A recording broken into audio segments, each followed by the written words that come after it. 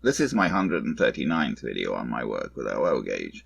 See part 1 of this series for my reasons for getting into OO gauge when I already had a lot invested in working in N gauge, and I didn't really have space available for a large, fully operational OO gauge layout. Also see my lengthy series on my N gauge railway modelling for smaller and more complex scenery and smaller scale trains running. This part is another rolling stock unboxing, review and running session, this time of Hornby's The Last Single Wheeler Train Pack, R2806. This was released in 2009 in a limited edition of 2000. I've said before I have little interest in Hornby's limited edition nonsense. So far as I can see, they just make as many as they think they can sell, and at least recently, if the initial run sells out, they just make some more. Nonetheless, I will say that I'm quite impressed by this train pack. It's very nicely packaged, perhaps the best packaged of any train pack I've worked with, and the contents are excellent. The top of the box hinges up so that it can be displayed with the rolling stock itself visible, and a photograph of the original locomotive and some information are on the back of the hinge-up lid. Here is the information on the back of the box lid, along with a photograph of the Caledonian single itself. And here is the rolling stock still in the box at this point. Being a limited edition, the set does come with a certificate of authentication. The set I bought was apparently 988 of the run of 2000. I bought it from Rails of Sheffield for £149.50. The RRP was around £200, I believe. Well, this sheet was in the box, and it says the RRP was £174.99 and Rails sold it for £139.50. But that wasn't the sale to me. I assume this is from when Rails originally sold it back in 2009. And then it came back to them and they sold it to me as a used item. And I'm pretty sure that I saw at some point on Hornby's website that the RRP for this got up to around £200. Also in the box was a sheet of maintenance and operating instructions for the loco model. Nothing unusual here. Here's the other side of that sheet, just lubrication instructions and DCC fitting. This loco model, I believe, has its origins way back in the Triang days, and I don't believe that it has been updated all that much, although obviously the original wouldn't have been DCC ready, since DCC didn't even exist back then. And I assume there have been other updates, a little more detail, a different motor, and maybe changes to the pickup arrangements. I don't have an old version to compare. And here is the rolling stock, out of the box, but still in its styrofoam block. Here's a close-up of the loco and one of the coaches. Perhaps this is a good time to talk a little bit about the history. This is a very oddball locomotive indeed. For a start, it's not really a member of a class of locomotive, but just a one-off. It was built in 1886 for the Caledonian Railway, and its building was a strange arrangement. It was built specifically to be exhibited at the International Exhibition of Industry, Science and Art in Edinburgh. So, essentially, though of course a fully working locomotive, it was created just as a showpiece rather than to fulfill operational needs. The design of the locomotive was derived from the Caledonian 66 class, but it was unique in a number of ways, with larger driving wheels and only a single trailing axle. The locomotive did operate on the Caledonian Railway, and upon amalgamation in 1923 it passed into the ownership of the LMS. The LMS classified it 1P, so it was not a very powerful locomotive. The LMS used it with the Directors' Saloon in the 1920s, and then returned it to regular service on the Dundee Main Line in the 1930s. It was finally withdrawn in 1935 and preserved. I believe it is currently in the Glasgow Museum of Transport. The name of this train pack, The Last Single Wheeler, refers to the fact that at the time it was withdrawn from service in 1935, This locomotive was the only loco with a single set of driving wheels still operating on a railway in Britain. Other famous locos with a single driving axle were, well, the Midland Spinners, which were considerably faster than the Caledonian Single, but the last of those was withdrawn in 1928. Another famous class of single was the Great Western 3031 class, probably best known through the Lord of the Isles. But the Lord of the Isles was withdrawn in 1908, and the last of the 3031 class was withdrawn in 1915. So, when it was withdrawn in 1935, the Caledonian Single was indeed the last of the single-wheelers, and had been for some years. However, in its last years it would have not looked like this model, as it was painted in LMS black livery for its work on the Dundee Main Line. Still, it did carry the LMS crimson livery during the 1920s, and it certainly looks handsome in this livery. I was also very impressed with the coaches in this set. I hadn't quite known what to expect in the way of coaches when I bought the set, and the ex-Caledonian coaches in LMS livery that were included, I have to say, exceeded my expectations. I hadn't even been aware that Hornby had modelled coaches of this type, and they certainly did a good job of it. The rich crimson colour is beautifully set off by the extensive gold lining, and the white roofs add an extra touch.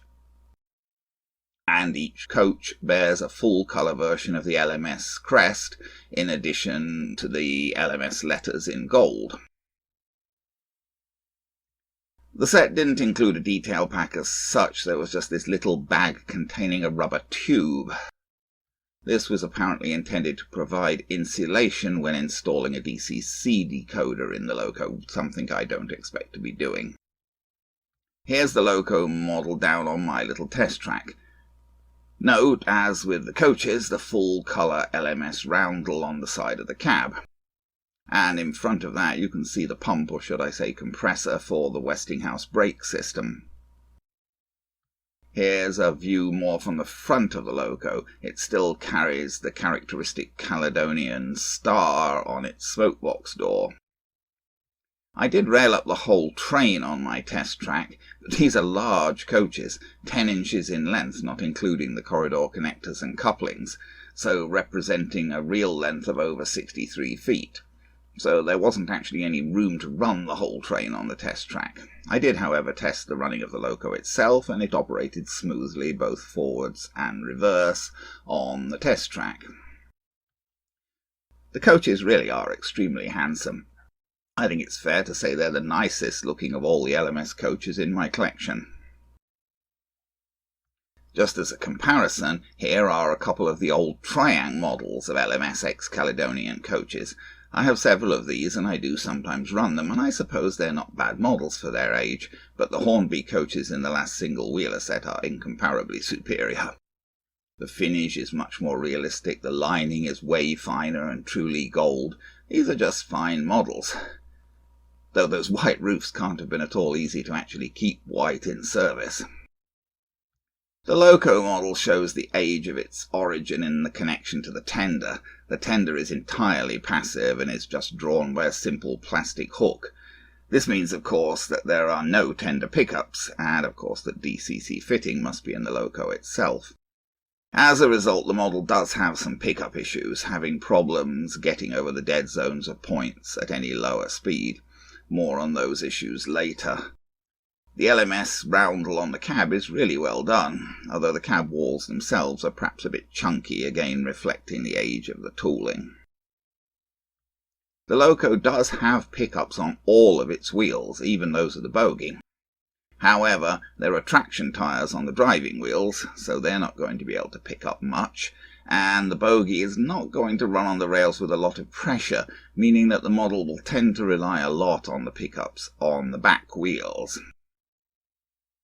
I got the loco on my Hornby layout for running in. Standard practice. Yes, it came to me as used, but who knows its history, so always best to run it in. It's quite nice looking, but does reflect the fact that the basic tooling is very old, so the loco as a model is not really up to the standard of the coaches. The cab windows, for example, are not glazed, and most of the pipework is just moulded on, not separately fitted. and there is essentially pretty much zero cab detail, well, some very shallow unpainted moulding. The tender also is a fairly crude tooling by modern standards, with thick walls and not a lot of detail. It is quite nicely painted, however. So there she is, ready for her first running. I put the baby unit of the baby monitor that I bought for this purpose onto the level crossing, so that I could monitor the running in from my office rather than having to stay in the room with the layout for the whole hour. So now some video of the running in. Start. There we go. So here's the Caledonian single running in. It's geared pretty darned high, this one. that's 50%. And I would say that's pretty fast. Although I don't know, mind you, because it was a single large wheeled engine designed to go pretty fast, although not with enormous torque. I'd have to look up what its maximum speed is supposed to be. It's certainly getting around there pretty fast on here anyway. We'll slow it down a bit. I've got the baby monitor there, because I don't need it when I'm here. But I'm going to slow him down. Oh, that's 40%. Quite a strong slowdown between 50% and 40%. Yeah, that's 40%. He's actually almost finished his forward running in anyway. But, yeah, definitely rather high geared. Oh, well, he hesitated over the point there. That's not so good. He has pickups on all of his loco wheels. Doesn't have anything on the tender. The tender's totally inert, but he is supposed to. I haven't actually checked whether they work, but oh, he's really hesitating over those points. Of course, there are two sets of points, so it's possible that, you know, his bogey might be on the dead spot of one set of points while the back wheel's still on the other. I don't know if they're that close together, really, but he's certainly hesitating rather noticeably over those points at 40%.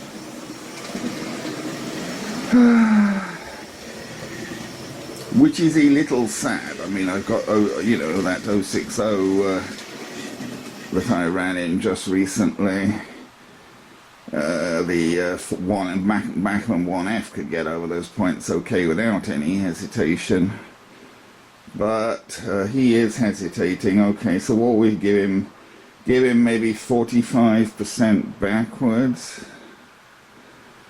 I'm just zooming out a bit here. Okay, 40, there you go, that's 45% backwards.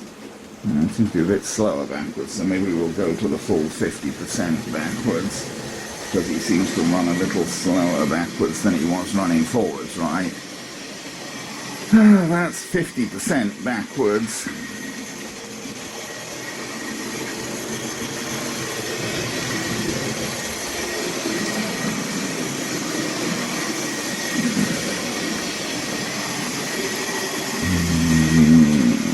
Round by the baby monitor. Yes, I would say that is most definitely a little slower than he was running 50% forwards. Why engines running at different speeds in one direction to the other, I don't entirely know, but it's not that uncommon that they do.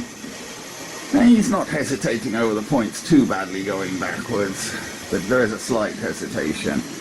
As I say, of course, there's absolutely nothing in the tender. The tender is just utterly inert, connected by a plastic hook.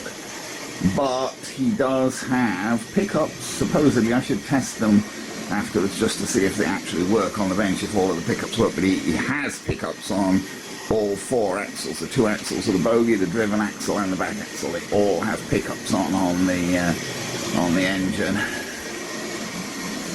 I don't know, so we'll see. I don't know. I will check those pickups before I couple him up to a frame. Not as much as, well, I could take him apart and do something about it if they're not working. But I will check those pickups. But anyway, we'll leave him now to run in for half an hour backwards,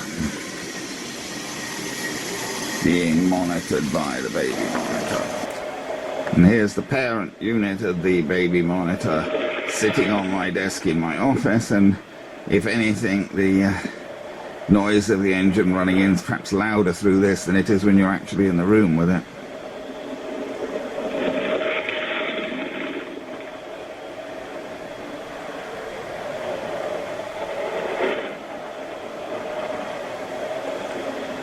especially when it comes right by, like that.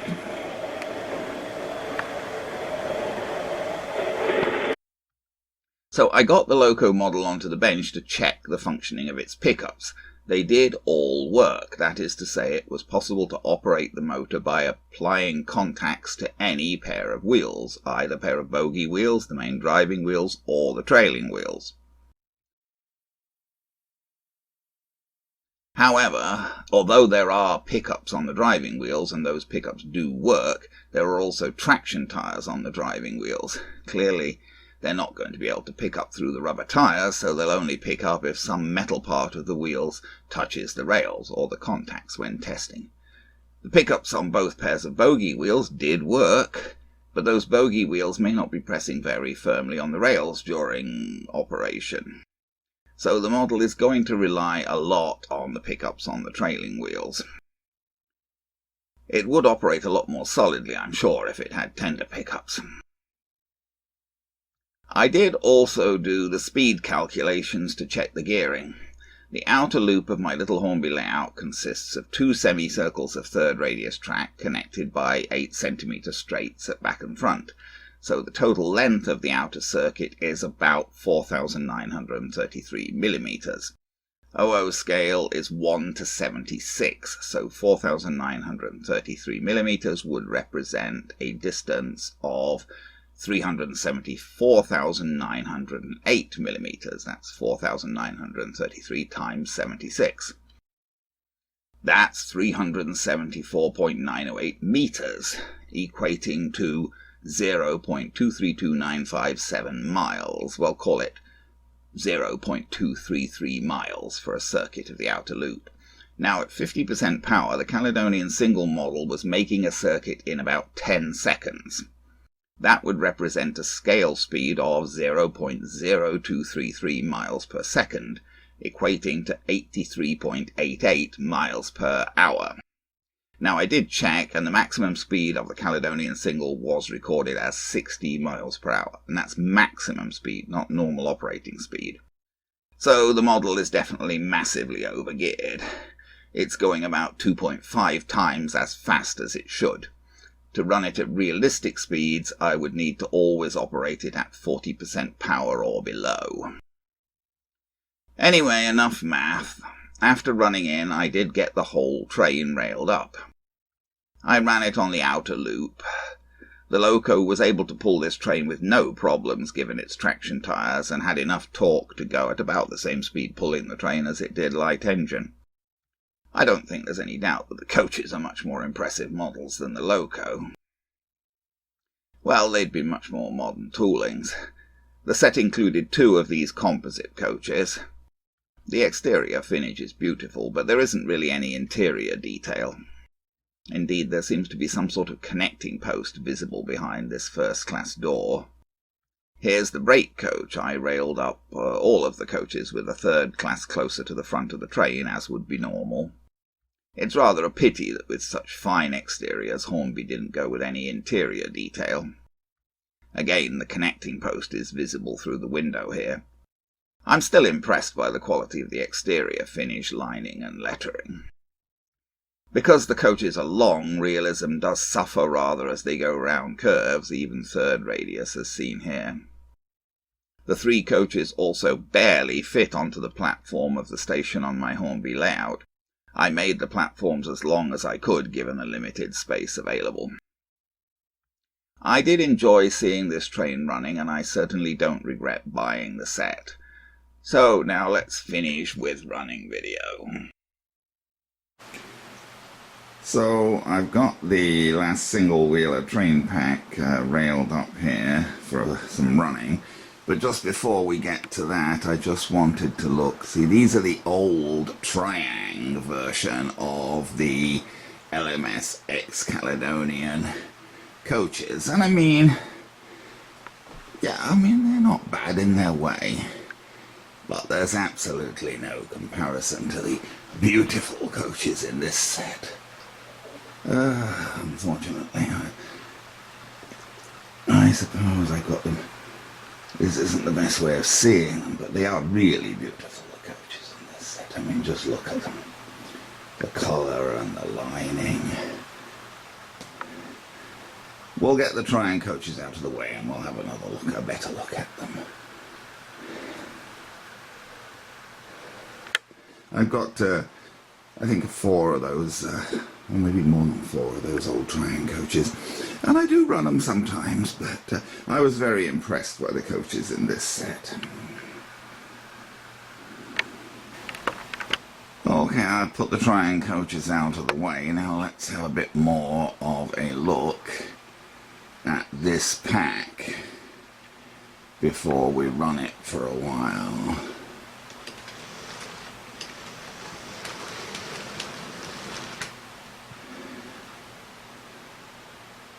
Yeah, the coaches, you can probably see the coaches better where they're on sideways there, so they catch the light better. I mean, the decoration is just really nice, the LMS. Probably can't get that to focus properly, can I? Oh, come on. Ah, there we go. It can be hard to persuade this camera to focus sometimes. The LMS crest. That's the composite and the lining. And the white roofs, I think, add to the appearance of them as well. This is the brake coach,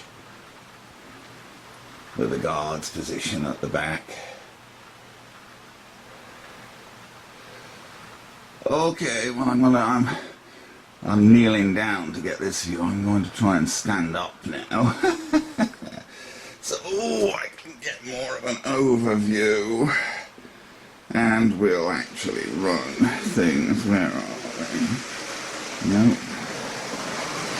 Sorry. 40. That's 40%, and that represents about what would actually be the maximum speed of this engine. I've just slowed it down a fraction. That's a more sensible running speed. That's about 35%. That's a more sensible running speed for this locomotive. However, unfortunately, he will then hesitate over the points.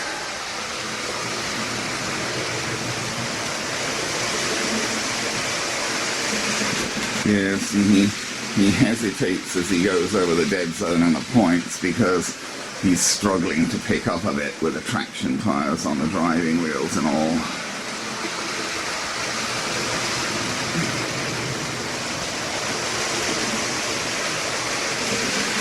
Yeah, every time you go past there.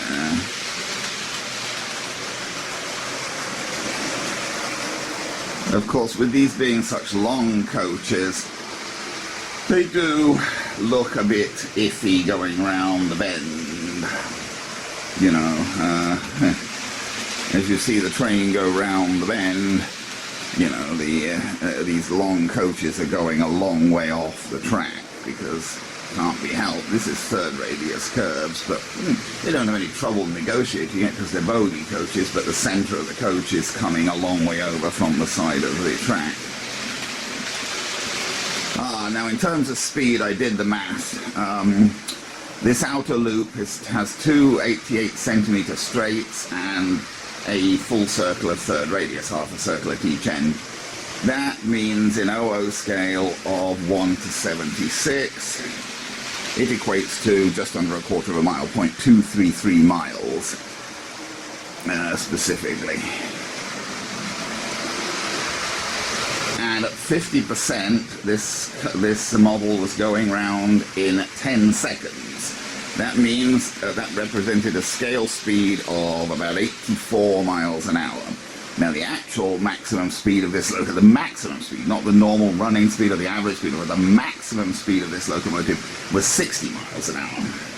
So at 50%, the model was going over a third over its maximum speed.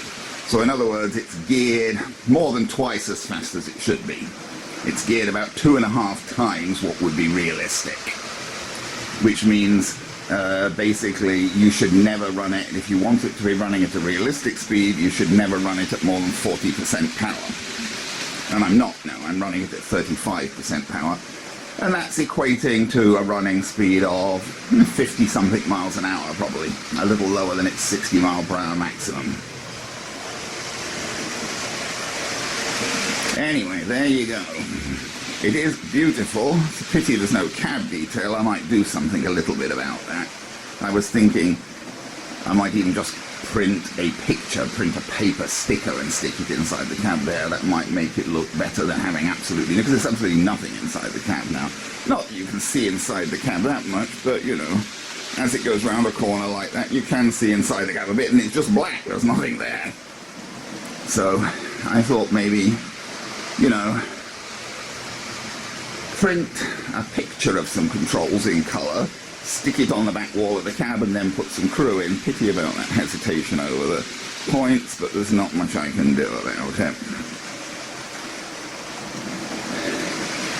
I certainly don't regret buying this, though. It's a nice set. The engine's interesting, and it's a nice model, albeit the cab a bit rudimentary, and the coaches are beautiful as well. They make up the value of the set. So there you go. The last single wheeler.